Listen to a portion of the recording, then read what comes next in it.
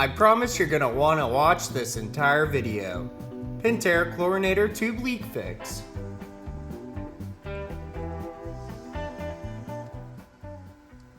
You can see the tube is the short tube.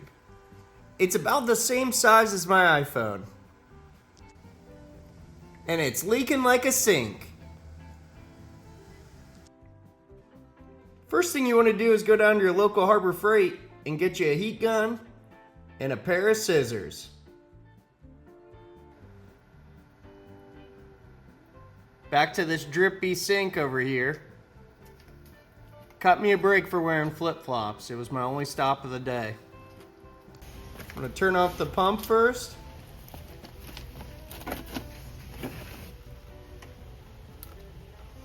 We're going to unscrew these unions that hold the tube on.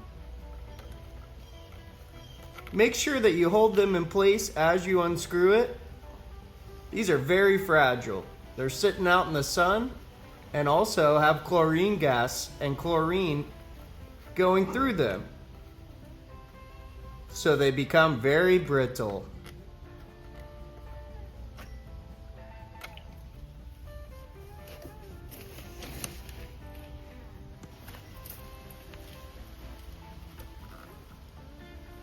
See how I'm holding it with my opposite hand as I unscrew it?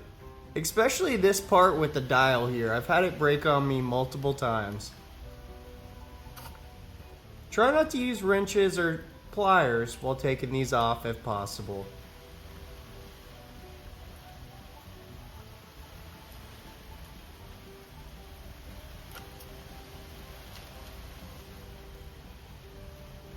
There it is.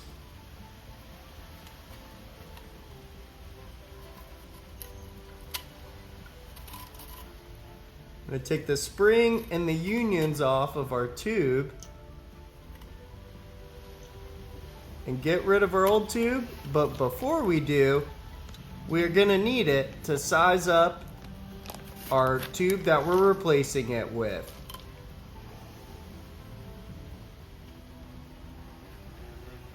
We're going to have to create a bend in this.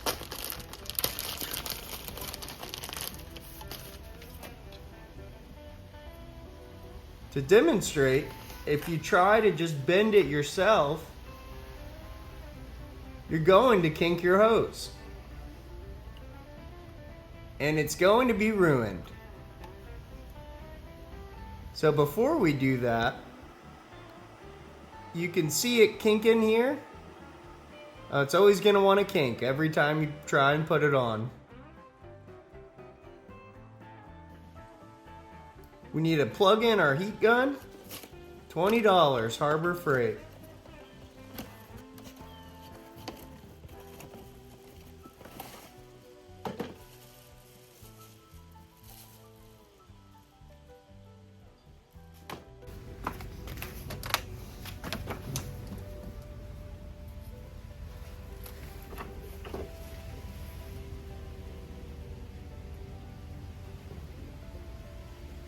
Now you want to be very patient when you're doing this,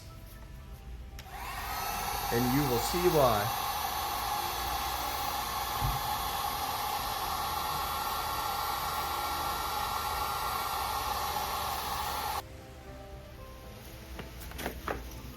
I rushed it and created this bubble, completely melted the tube.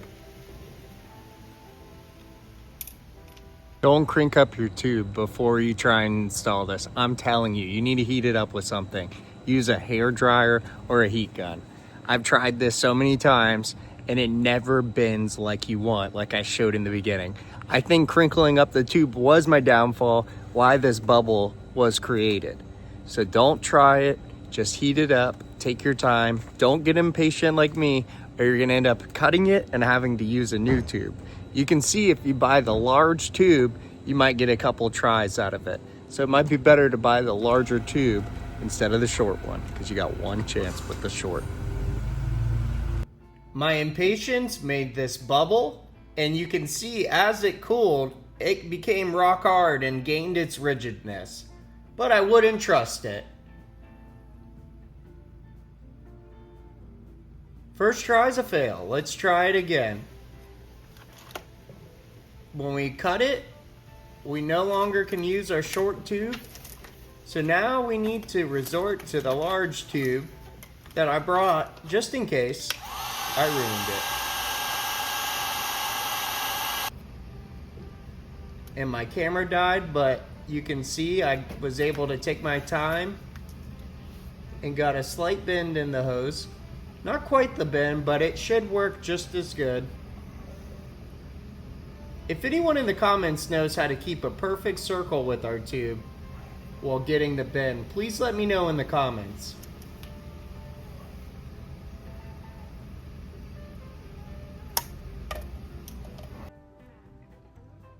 Now we're going to put our unions on. We're going to put the unions with the threads facing out. We're going to slide our spring down on the middle.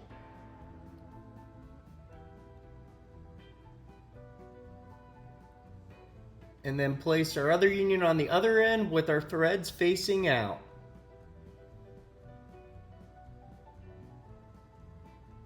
You want to push the tube all the way down to the very end where it can't go any further. I didn't get a good shot of that, but as soon as you get the tube down, you're going to go ahead and tighten down your union here. I'm going to tighten it till it's hand tight. Don't want to use pliers. You kind of just are going to wiggle it back and forth as you get it on there. Make sure the tube is pushed all the way in or it can pop off while running.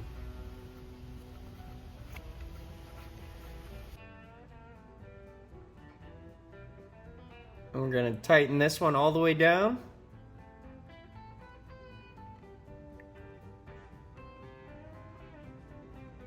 Slide our spring to be in the middle here.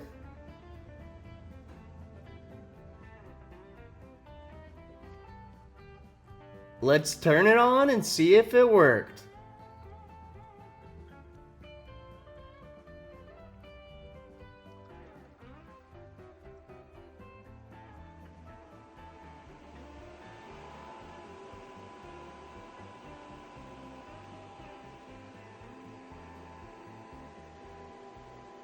Voila, no leaks. If this video brought you value, please leave a comment or share with a friend. We really appreciate it.